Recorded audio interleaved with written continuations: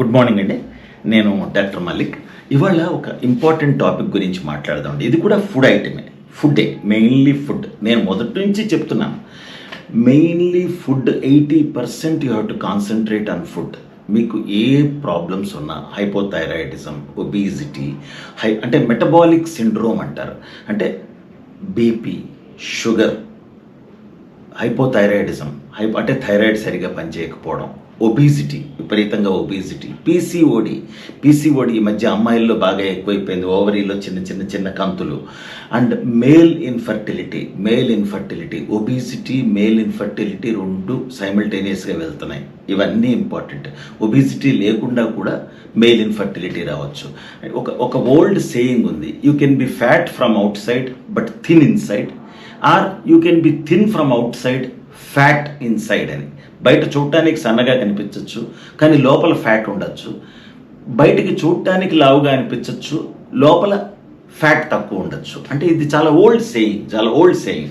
అందుకని కేవలం మనిషి వెయిట్ని బట్టి, మనిషి ఆకారాన్ని బట్టి మనం లోపల బ్లడ్ టెస్ట్లు చేస్తే కానీ కరెక్ట్గా తెలియదండి. అందులో ఎంత పర్సెంటేజ్, ఎంత కొలెస్ట్రాల్ ఉంది, ఎంత ట్రైగ్లిజరైడ్స్ ఉంది, ఇవన్నీ తెలియదు. కానీ ఒబీసిటీ, పీసీఓడి, ఇన్ఫర్టిలిటీ, ఇవన్నీ కూడా ఆడవాళ్ళలో పీసీఓడి, మగవాళ్ళలో ఇన్ఫర్టిలిటీ. అంటే పీసీఓడి వల్ల ఇన్ఫర్టిలిటీ మళ్ళీ ఆడవాళ్ళలో. పీసీఓడి అంటే ఓవరీలో చిన్న చిన్న కంతులు. ఇకపోతే డయాబెటిస్, హైపర్ టెన్షన్, ఇవన్నీ కూడా మెటబాలిక్ సిండ్రోమ్ కిందకే వస్తాయి. ఇవన్నీ ఒక అంత స్కిన్ మేనిఫెస్టేషన్స్. ఇంకోటి హిర్సుటిజం, అక్కడక్కడ అంటే అనవసరమైన ప్లేస్లో హెయిర్ రావడం, ప్యాచెస్, అంటే స్కిన్ మీద రకరకాల నల్లటి ప్యాచెస్, నెక్ మీద నల్లటి ప్యాచెస్, స్కిన్ కూడా దాని లస్టర్ కోల్పోవడం, నల్లటి ప్యాచెస్ రావడం, ఒబిసిటీ, ఇవన్నీ కూడా మెటబాలిక్ సిండ్రోమ్. అంటే ఒక స్పెక్ట్రమ్ ఆఫ్ డిసీజ్ అంటారు. ఇవన్నీ కనుక పోవాలి అంటే ముందు మనం చేయాల్సింది ఏంటంటే రైస్, వీట్ అంటే బియ్యం, గోధుమలు, షుగర్, మైదా, ఈ మామూలుగా మనం వీటి నుంచి మనం తినే బెల్లం దేని నుంచి వస్తుంది? చెరుకు నుంచి వస్తుంది. చెరుకు నుంచి వచ్చే బెల్లాన్ని అర్జెంటుగా మానేయాలి. హనీ కూడా మానేయాలండి. హనీలో కూడా బోడంత షుగర్ ఉంటుంది. సో ఇవన్నీ మానేయాలి. రైస్, వీట్, బియ్యం, గోధుమలు, షుగరు, మైదా, ఈ బెల్లం అండ్ హనీ. అంటే బెల్లం అంటే కొద్దిగా తీసుకోగలిగేది ఏంటి అంటే మనకి మామూలుగా తాటి బెల్లం అంటారు. తాటి బెల్లం కానీ ఈత బెల్లం కానీ కొద్ది క్వాంటిటీస్లో తీసుకోవచ్చు. కానీ మామూలుగా మనకి షుగర్ కేన్ నుంచి వచ్చే బెల్లం మాత్రం పూర్తిగా అవాయిడ్ చేయాలి. ఇప్పుడు మెయిన్ టాపిక్కి వస్తాను. మెయిన్ టాపిక్ ఏంటి అంటే ఇవాళ మనం మాట్లాడుకోవాల్సింది మిల్లెట్స్ గురించి, క్వినోవా గురించి.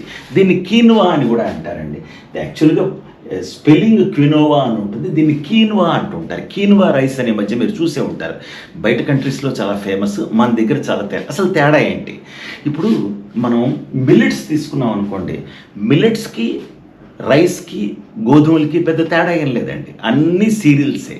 అన్నీ మనకి మామూలుగా మనకు ఉంటాయి కదా, మాంసకృత్తులు, పిండి పదార్థాలు, మాంసకృత్తులు, ఇవన్నీ తెలుసు కదా. పిండి పదార్థాలు, సిరిల్స్ అండ్ పల్సెస్,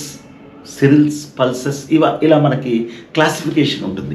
ఇవన్నీ సిరియల్స్ కిందకే వస్తాయి. మిల్లెట్స్ అనేది సిరియల్స్ కిందకే వస్తుంది. అంటే బియ్యము, గోధుమలు దేని కిందకైతే వస్తాయో ఇవి కూడా దాని కిందకే వస్తాయి. ఒకటి ఏంటంటే బియ్యము, గోధుమల్లో ఫైబర్ ఉండదండి. ఫైబర్ 0.1 to 0.2%, ఏదో 0 to 0.1% అని ఇచ్చారు. అంత లో ఫైబర్. వేరే మిల్లెట్స్కి వచ్చేటప్పటికి దాని పేరే చిరుధాన్యం. అంటే చిన్న గింజలు, దాని నిండా ఫైబర్. అంటే ఫైబర్ మధ్యలో కార్బోహైడ్రేట్ ఉంటుంది, ఫైబర్ మధ్యలో స్టార్చ్ ఉంటుంది. సో ఫైబర్ విడుదలైతే తప్ప మీకు బయటకు స్టార్చ్ రావద్దు, అంటే స్లోగా రిలీజ్ అవుతుంది. సో 9 to 12% ఫైబర్ అండి. 9 to 12% ఫైబర్ ఈ మిల్లెట్స్లో. అందుకనే అర్జెంటుగా రైస్, గోధుమలు, షుగరు, మైదా ఇవన్నీ మానేసి మిల్లెట్స్కి అర్జెంటుగా షిఫ్ట్ అయిపోవాలి. నెంబర్ 1. ఇకపోతే ఈ క్వినోవా అంటే ఏంటి? కీనువా అంటారు కొంతమంది. క్వినోవా అంటే ఏంటి? ఇది అసలు ఈ సిరిల్స్ కాదు, పల్సెస్ కాదు, దేనికి సంబంధించింది కాదు. అంటే దీనికి ధాన్యాలకి, మామూలుగా మనం తినే ధాన్యాలకి ఏ సంబంధం లేదు. ఈ క్వినోవా అనేది ఏంటి అంటే తోటకూర లాంటి మొక్కలకి, తోటకూర టైప్ తోటకూర అమరాంత్ ఫ్యామిలీ అంటాం. తోటకూర టైప్ మొక్కలకి కాచే చిన్న చిన్న చిన్న చిన్న గింజలు, తోటకూర గింజలు అనుకోండి, తోటకూర లాంటి మొక్కలకి మొలిచే చిన్న చిన్న గింజలు. మరి దాని ఇంపార్టెన్స్ ఎందుకు, దానికి అంత ఇంపార్టెన్స్ ఎందుకు ఉంది అంటే దాంట్లో బాగా హై ఫైబర్ అండి. హై ఫైబర్ అంటే 5 to 10% ఫైబర్. అదే మనం మిల్లెట్స్ తీసుకుంటే 9 to 12% fibre, 9 to 12% fibre. Quinoa తీసుకుంటే 5 to 10% ఫైబర్ ఉంటుందండి. ఇకపోతే అన్నిటికంటే ఇంపార్టెంట్ ఈ కినోవా ఇవేమి ధాన్యాలు కావు, మొదటి నుంచి చెప్తున్నాను. ఇది కేవలం మొక్కకి, ఒక ఆకుకూర మొక్కకి కాచే గింజలు మాత్రమే. కానీ దాంట్లో రిచెస్ట్ సోర్స్ ఆఫ్ ప్రోటీన్ అండి.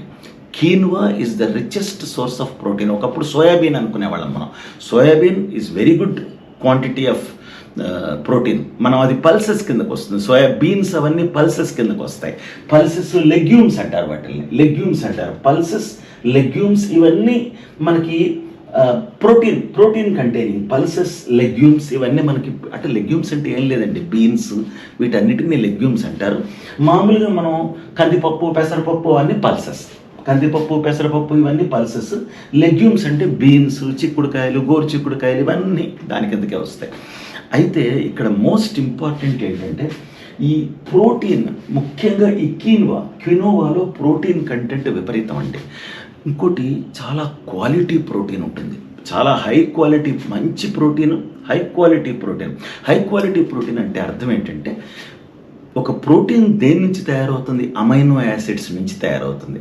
అమైనో యాసిడ్స్ అన్నీ కలిస్తే మనకి ప్రోటీన్ తయారవుతుంది. దాంట్లో essential amino acids, non essential amino acids అని ఉంటాయి. ఎసెన్షియల్ అమైనో యాసిడ్స్ మనం బయట నుంచి తీసుకోవాలి.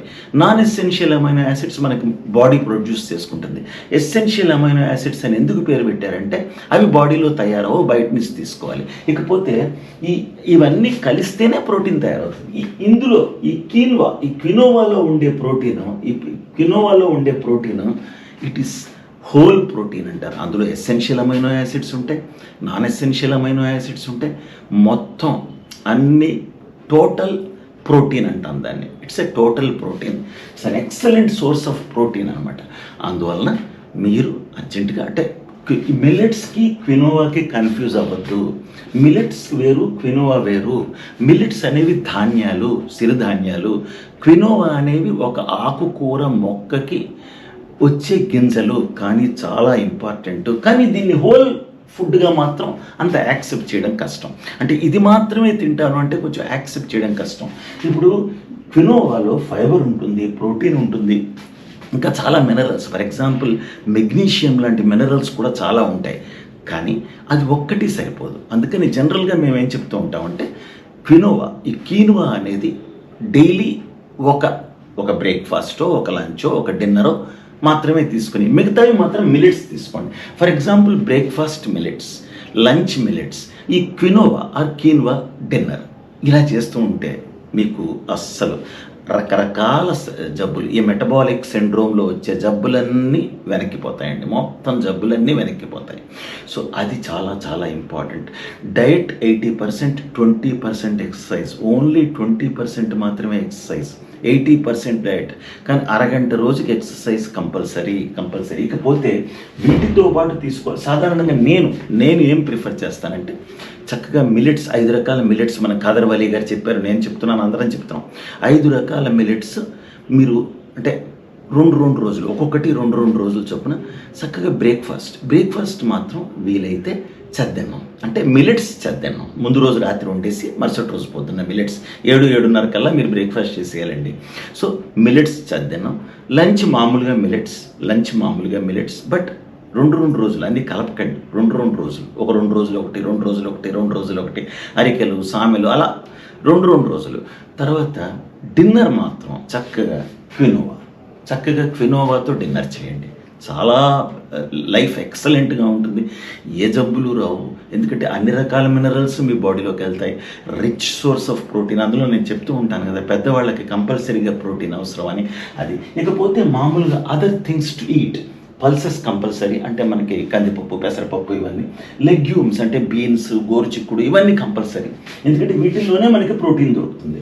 ఇకపోతే నాన్ వెజిటేరియన్స్ ఏ నాన్ వెజ్ అయినా హ్యాపీగా తీసుకోవచ్చు, నో ప్రాబ్లం. ఇకపోతే ఆయిల్స్, కోకోనట్ ఆయిల్ నెంబర్ 1 అంటాం, ఘీ నెంబర్ 1 అంటాం.